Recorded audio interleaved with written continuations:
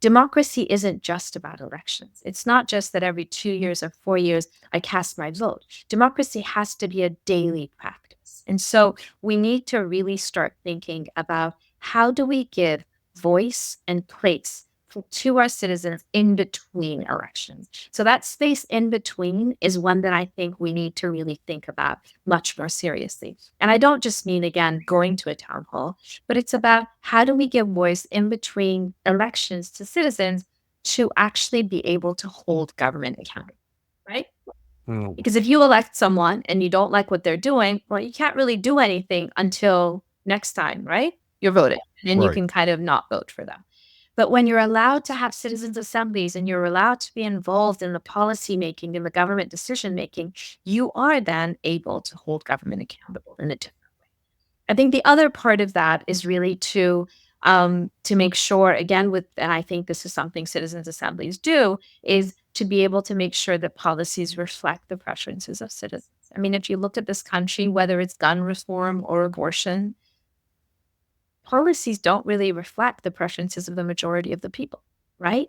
And so making Yeah. sure that our government actually does things, introduces new laws, introduces new legislation that does that. And then finally, I think, we don't hear from a lot of voices in our democracy. And making sure that those voices are heard and those voices are given what I say consequential and meaningful input. I think those are all things that hopefully the next administration will do. When you say voices, can you give me a specific example? Are you talking about the politicians?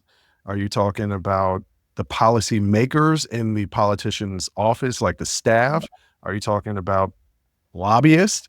Because I think a lot of the reasons why sometimes an every average day citizen's voice doesn't get heard Mhm.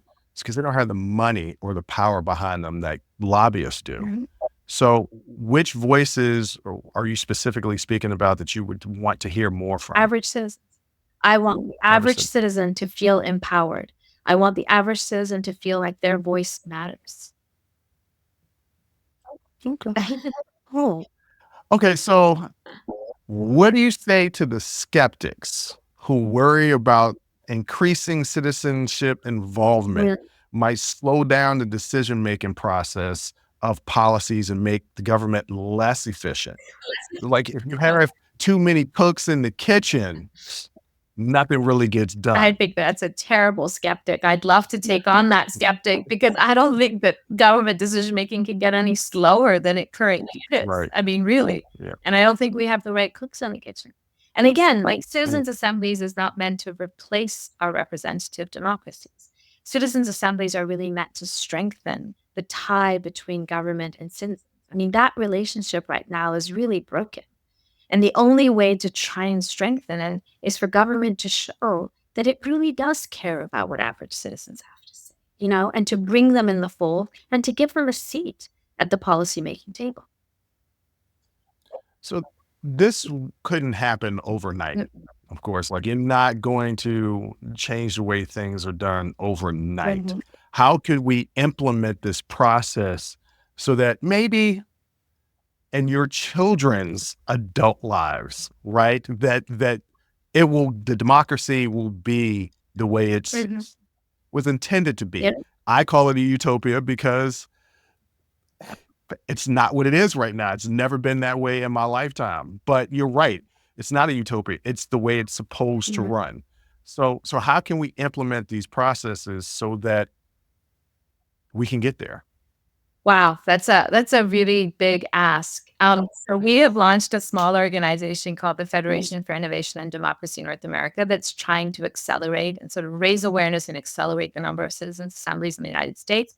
We do capacity building schools. We provide technical guidance around citizens assemblies. But your question is much bigger than our little organization. And I think what I'd like to see is maybe a threefold strategy.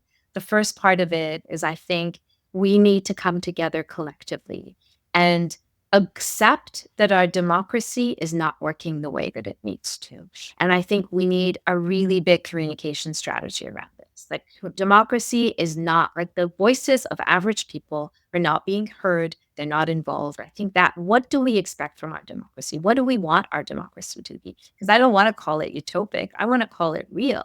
I want to be Right. involved. I want myself and anybody else who wants to be involved to be able to meet. I was reading the other day that Abraham Lincoln apparently used to have visiting hours at the White House. Like Abraham Lincoln Mm. used to have people line up and they could go into the White House and meet with the president. If you like that clip, go ahead and hit that like button. Don't forget to subscribe to catch up on all of our latest content. Don't forget to hit the notification button when you do subscribe so you can get updated every time we release content.